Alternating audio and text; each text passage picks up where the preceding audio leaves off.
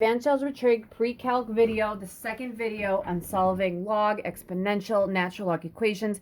And then what we'll do is we'll look at an example of Newton's law of cooling. So I'll go through that. So let's just review some of these and we're going to solve these. First one, the natural log of x minus 3 plus the natural log of x plus 4, that equals 3 times the natural log of 2. All right. So here we go. For this one, the first thing I want to do is, first off, remember that for the natural logs, in these two spots, whatever we get for x's, that has to keep this x minus 3 and that x plus 4 positive when I substitute in for the x. Now, here's what I'm going to do. I'm not going to subtract like I did the last one just because there's numbers here. So I'm going to flip this back here because that's a power rule. I have right here, this is going to be a product rule. And let's condense these. So this is going to be the natural log of x minus 3 times x plus 4. That equals the natural log of 2 cubed. Well, 2 cubed is 8.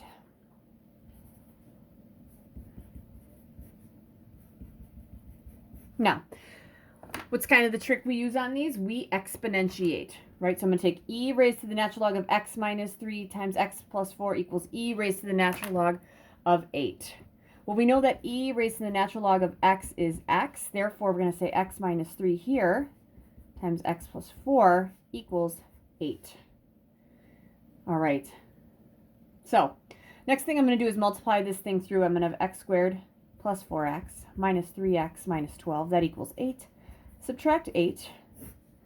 X squared. Well, and I didn't combine these either, but that's plus x minus 20. And that equals 0. Then I can try to factor this thing. Oh, I like this one so far. X squared is x times x. 20 is 5 times 4. To get positive x, I'm going to add 5 and subtract 4. X equals 4 and negative 5. So putting 4 in here, 4 minus 3 is 1. 4 plus 4 here is 8. That works. Negative 5 in here makes that negative 8. Therefore, negative 5 is extraneous. Okay, so our answer is x equals 4 with negative 5 is extraneous. Okay, that's my first one. Number 2. The natural log of 2x plus 3 equals 17. All right, same thing here. You can change this to the log base e or just exponentiate both sides. E raised to the natural log of 2x plus 3 is 2x plus 3. That equals e to the 17th. Now all I'm doing is I'm solving for x. E, remember, is a number. Subtract 3. So I have 2x equals e to the 17th minus 3. And then I'm going to divide by 2. That's my answer. X equals e to the 17th minus 3 all over 2. And that's it. I don't have to worry too much about anything else with that one. Because this is definitely positive, and a positive times 2 is positive. Ooh, the third one. Oh, I really like this one. I feel like I might have gotten this off of a worksheet that I made, actually. The log base 2 of x minus 3 minus the log base 2 of 3 equals the log base 7 of 49 plus the log base 2 of 32. Now, first thing I'm noticing, you guys, is I have a lot of numbers on the right side. I don't have any variables. And I'm also noticing that I have a lot of different bases here. So I know that the log base 7 of 49 is 2 because 7 to the second power is 49. That's plus. And I know that the log base 2 of 32 is 5 because 2 to the fifth power is 32. That works. So I'm good with that. This side, I have x's and a 3. And I can't raise 2 to a power and get 3. So let's use the quotient rule, right? Because that is my quotient rule. Let's be the log base 2 of x minus 3 over 3. All right. So I get the log base 2 of x minus 3 over 3, and that equals 7. At this point, I can change it to an exponential. I'm going to take 2 to the 7th, and that equals x minus 3 over 3. All right, 2 to the 7th, I don't really know. I think it's 128, but it could be more than that. It is 128. 128 equals x minus 3 over 3. Oh, I love cross products. 1 times x minus 3 is x minus 3. And that's going to equal 128 times 3 gives me 340 or 384. And then I'm going to add 3. X equals 387. All right. And that's my answer. And it makes sense. It makes sense because 387 minus 3 would give me a whole number. So I'm good with that. All right, that's the end of my third one. I have one more, and then we're going to introduce Newton's law of cooling. Last one. 3 plus 4 raised to the x plus 3 power, and that equals 18. All right, this is an exponential, so I'm going to have to do something to both sides eventually. But let's start by subtracting 3, because I have to isolate my base and my exponent. All right, so I need to figure out what this x is. So what am I going to do next? What's the inverse of an exponential? It is a logarithm. I tend to use the log with a base of e, just because if this would be a base of e, it turns out to be real pretty. But we usually use natural logs, or we use logs, and logs have a base of 10. Doesn't pay to use a base of 10 with a base of 4. Here we go. Let's flip this out. X plus 3 times the natural log of 4 equals the natural log of 15. If you want to distribute that through, you can, but I'm going to divide by the natural log of 4. So I have x plus 3 equals the natural log of 15 over the natural log of 4. And then I'm going to subtract 3. X equals the natural log of 15 over the natural log of 4 minus 3. And that's it. All right. All right. So that's my little review. The next thing I want to look at is just one example of Newton's law of cooling. And then I believe I will have 2 on my next video. But I just want to introduce it. Newton's law of cooling. All right, so for Newton's law of cooling, this is a formula.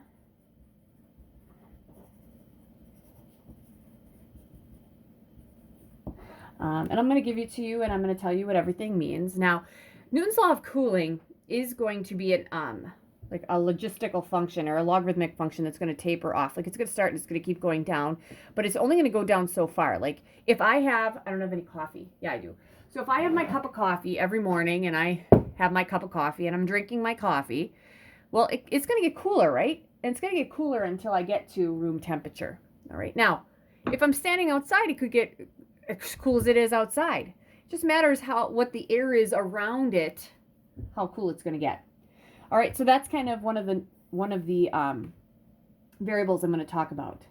All right. T of T. This is Newton's law of cooling. T of T equals T sub m plus quantity T sub 0 minus T sub m times e raised to the negative k times t power. And that e is the base of e. All right. You have all these capital T's. Any capital T represents the temperature of the object.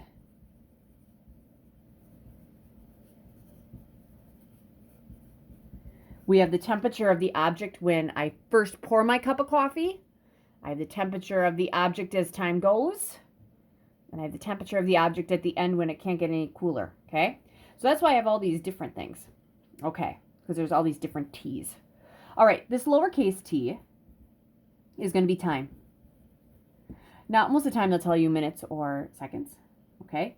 Now, T sub m, so this guy right here is going to be the temperature of the object at a specific time.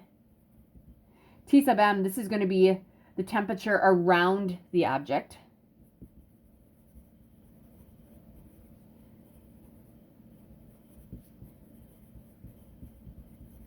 So I'm in my house right now, and you guys are going to be like, oh my God, it's so cold. Yeah, it's cold. Everybody complains about it being cold.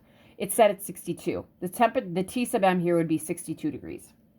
What they call that, it's M because there's no words with M. This is the temperature of the surrounding medium.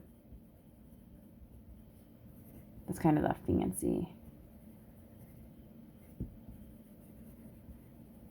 fancy word for it. T sub m is the temperature around the object. We call it the temperature of the surrounding medium. T sub 0, this is your initial temperature. So T sub T, that's the temperature at a specific time. T sub m, that's the temperature of the surrounding medium, what's around it. T sub 0 is what it's starting at. So when I'm taking something out of the microwave, what is it starting at? T sub m again, that's the temperature of the surrounding medium, the air. This T is the time. K is a constant. E is your base of E. All right, here we go. Number 1. A hard-boiled egg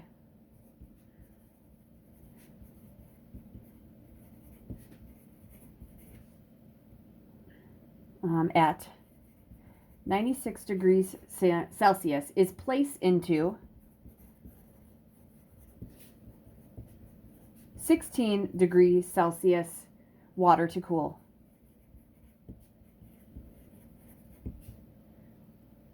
Four minutes later, it is 45 degrees Celsius.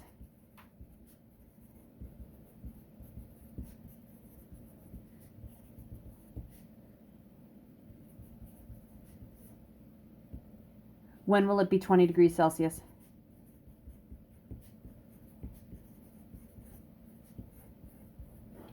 Okay.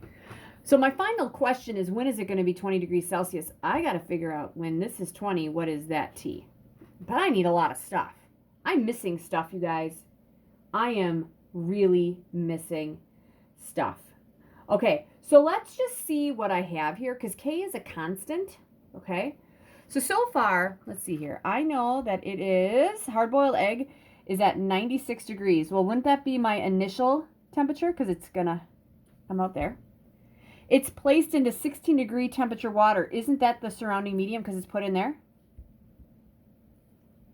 4 minutes later, it is 45 degrees. So 4 minutes later, it is 45 degrees. So our X is going to represent, or I'm sorry, our T is going to be time in minutes.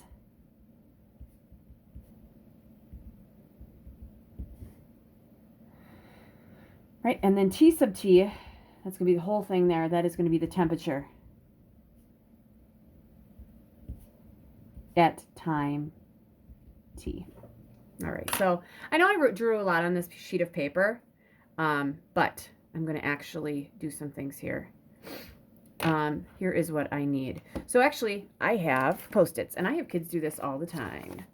So my equation is T sub T equals T sub M plus T sub 0 plus T sub M, or minus T sub N, my bad. And actually, we'll do this on a diagonal because I'm going to run out of paper.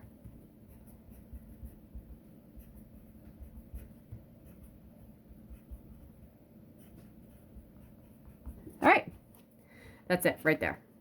This is my Newton's law of cooling, and just because it's a funky size, here we go.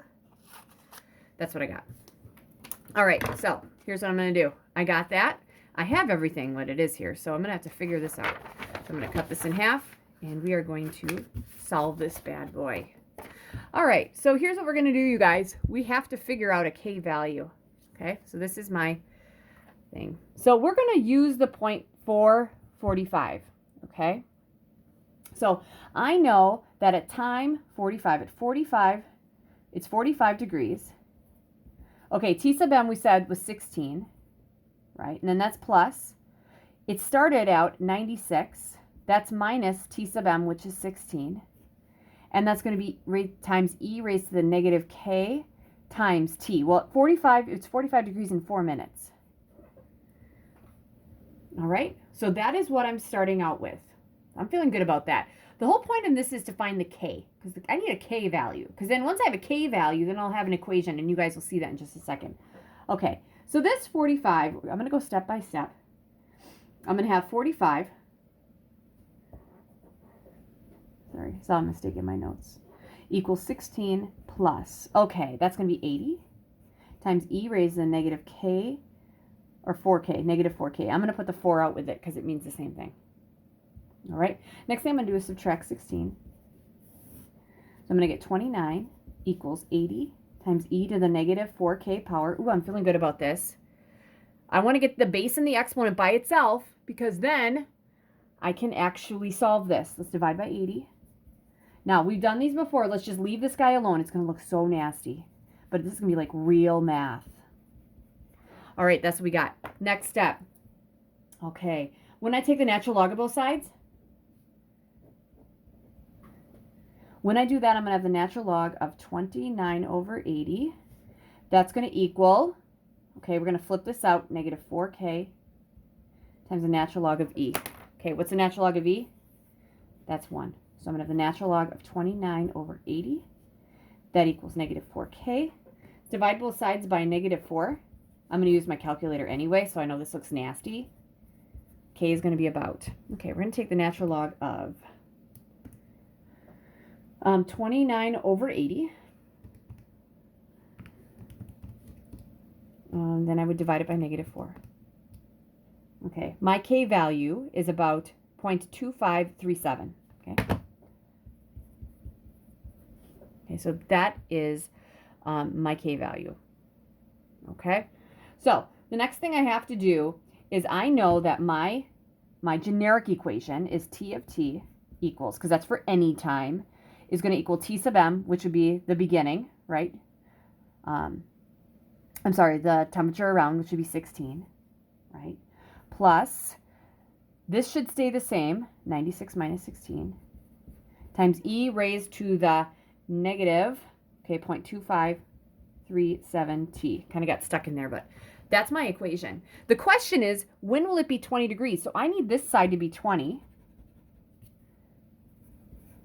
What is my T value when it's 20?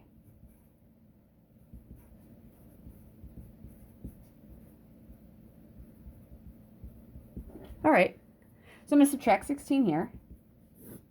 I'll get 4 here. I'm going to actually combine those as well, you guys, and make this 80. E raised to the negative 0.2537T. Divide by 80. Now, 4 divided by 80 might be decent.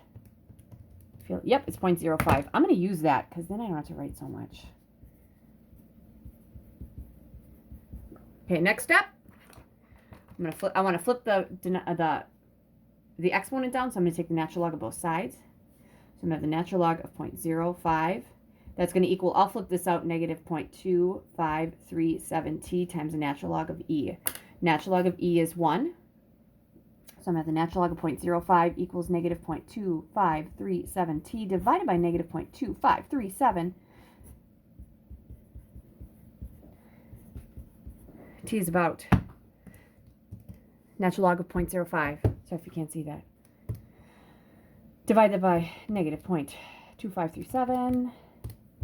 I'm getting, ooh, that did not really work out. Natural log of, oh, I forgot my point up here. I was going to say, this does not make sense. And you know why it's going, it doesn't make sense?